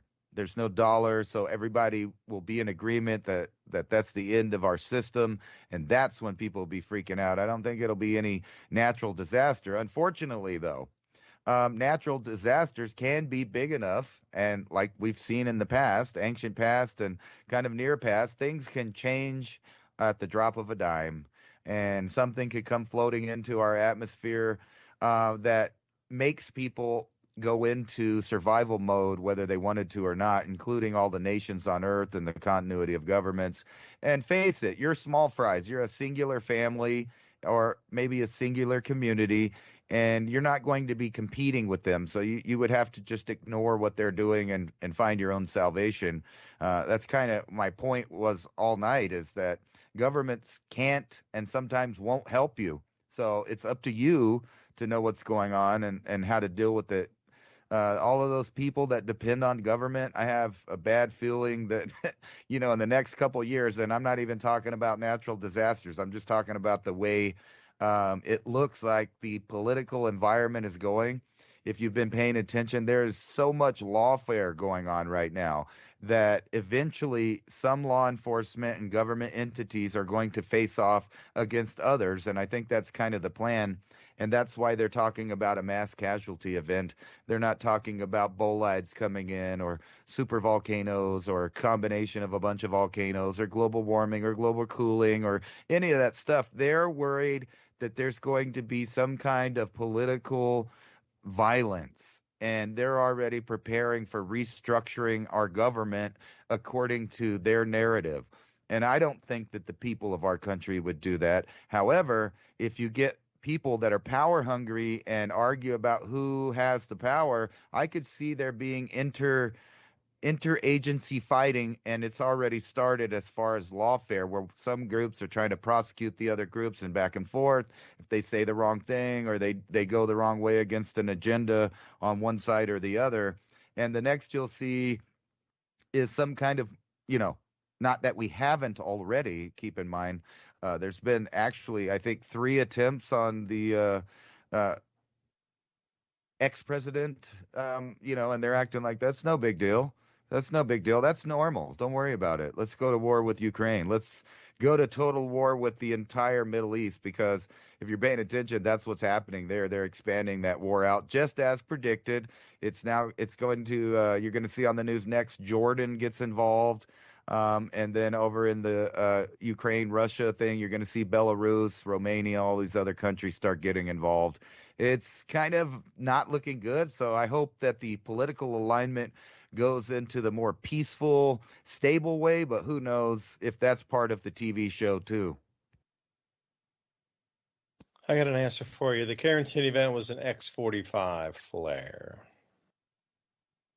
And if we were to see an X-45 flare, that would go right into the biblical prophecies of they are fighting in the Middle East, and everybody looks into the skies and sees something so tremendous that they all drop their weapons in unison and go home to their families, because that is far, far, far more important than fighting some ridiculous war for a piece of colored cloth that flies in the wind on an end of a stick. We used to fight for ways of life, but those things, as you can see, no longer mean anything. So what it means for me is cannon fodder, nothing more, nothing less than a depopulation event.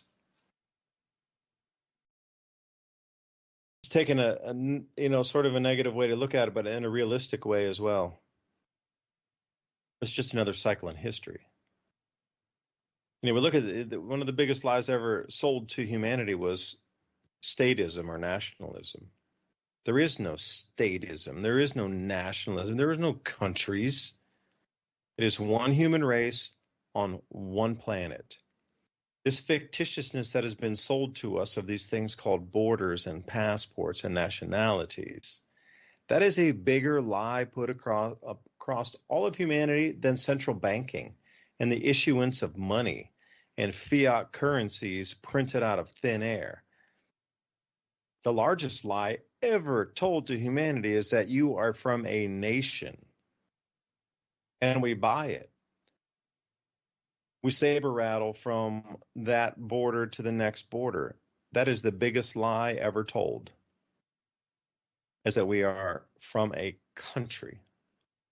And the way that they set up the world, if it would have been set up as you're born onto this planet, and I'm definitely not into this one world government thing, so don't mince my words here. That is the complete opposite of what I'm talking about. If it is you were born onto this planet and you understand the soul from another is also connected to the Creator, and I don't care where you exist on the planet, we are the same spark of divinity from the same Creator.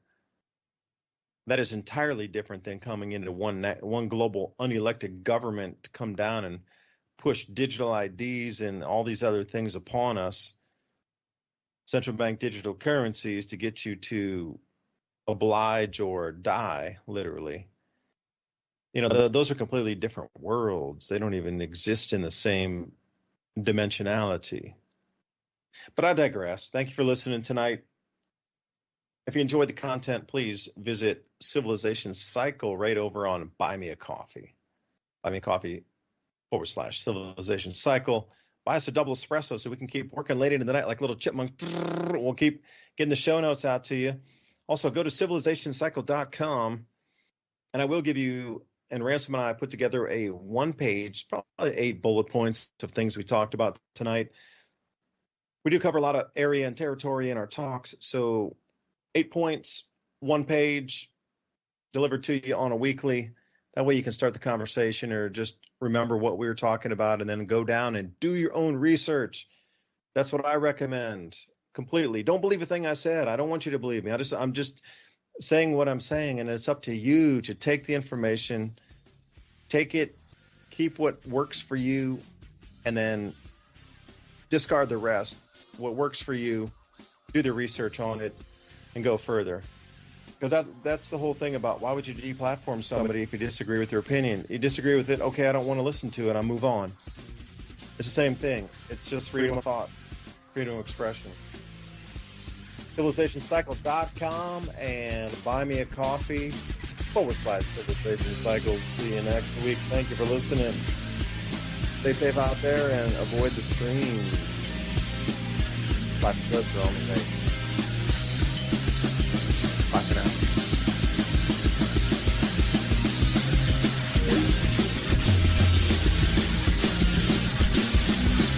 Thank you for listening to Revolution Radio.